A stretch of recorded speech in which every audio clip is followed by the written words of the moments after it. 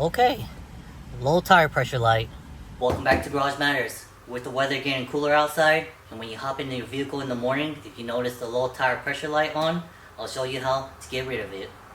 Now during the cooler months of the year, sometimes you'll notice the low tire pressure light come on. The reason why it comes on is because the air molecules in this tire, they'll expand and contract. So during the cooler months, that air is going to contract, causing you to lose tire pressure. So with that tire pressure being low, it's going to cause that low tire pressure light on the dash to illuminate. Now some service stations carry nitrogen.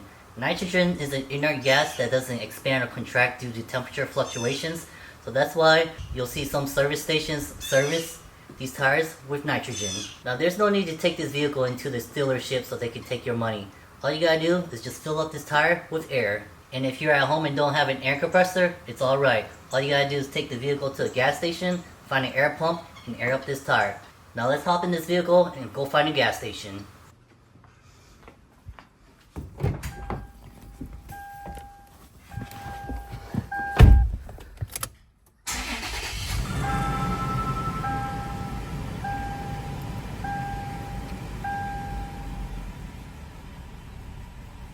Now we're heading over to the closest gas station to air up these tires. The reason why you want to air up these tires to the proper inflation is because it will affect your fuel economy. Now if you feel like your steering is really heavy, you might want to check your tire pressure as well. That's another sign that you have low tire pressure, is once your steering wheel starts to feel really heavy. After you inflated the tires to the manufacturer's recommendation, the steering should feel nice and easy again. Now we're here at our closest gas station. There's already a line at this air pump. Looks like everyone's doing the same thing. They're airing up their tires.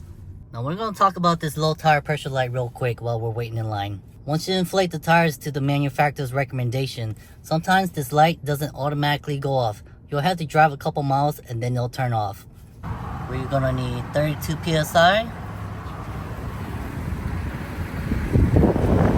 Set this to 32. It's already set to 32. I'm going to swipe a card. Air up this tire. Alright, we got the air going. I'm gonna check the front left tire first. All you gotta do is unscrew this cap right here. Plug this on, wait until it beeps. Looks like we're at 23 PSI. That's why our low tire pressure light is coming on. So we're just gonna hold this on here until the machine starts beeping. Once it starts beeping, then we know that it's at the proper level.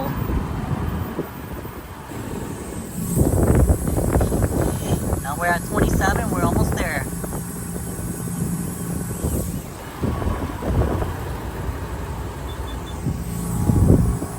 Alright, we're at 32. It's beeping, so I know it's good. We're gonna screw this cap back on. I'm not going to record the rest of the tires, but I'm going to check the rest of the tires. Alright, we're done with this air pump. Air pump's still running. Truck is still running. And the low tire pressure light has went off. So fortunately, we didn't have to drive this vehicle for a couple miles before it went off. It just automatically went off once it sensed that the tire pressure is in the proper levels again. 32 PSI for this 4Runner. And it's time to head back to the garage.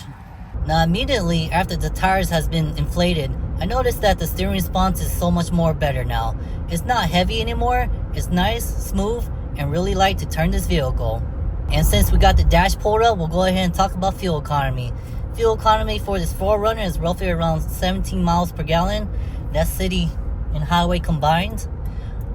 It's not the best gas mileage, but you can't expect too much from a 4-liter V6 with a 4x4 drivetrain.